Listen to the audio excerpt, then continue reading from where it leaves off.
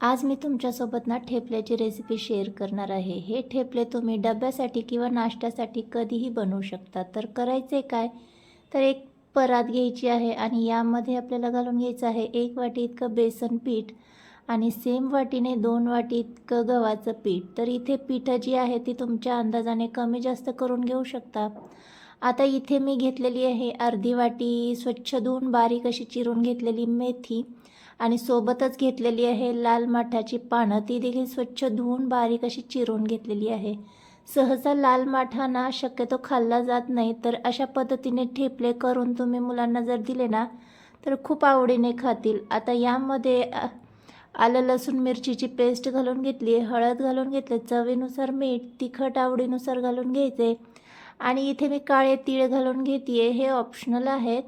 आणि ओवा हातावर कुस्करून अशा पद्धतीने घालून घ्यायचे। आता हे सगळं छान असं एकजीव करायचं आहे आणि थोडं थोडं पाणी घालून आपल्याला हे पीठ मळून घ्यायचं आहे। ज्या पद्धतीने आपण पराठ्याचं पीठ मळतो अगदी त्याच पद्धतीने मळून घ्यायचे आणि पीठ जे आहे ते सुकू नये त्यासाठी थोडंसं तेल लावून घ्यायचे, म्हणजे बराच वेळ पीठ जे आहे ते सॉफ्ट राहतं। आता 10 मिनटं हे आपल्याला रेस्ट करून घ्यायचं आहे।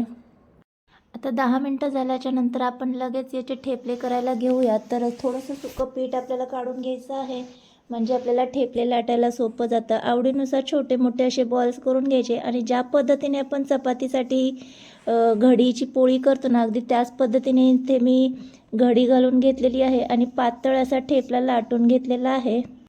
तवा जसा गरम झाला की आपल्याला हा ठेपला तव्यावर आलटून पलटून मीडियम गॅसवर छान खमंग असा शेकून घ्यायचा आहे। तर आवडीनुसार तेल किंवा तूप काहीही लावून याला तुम्ही शेकू शकता। या पद्धतीने ठेपले केले तर ते बराच वेळ सॉफ्ट राहतात, त्यामुळे डब्यासाठीही तुम्ही देऊ शकता।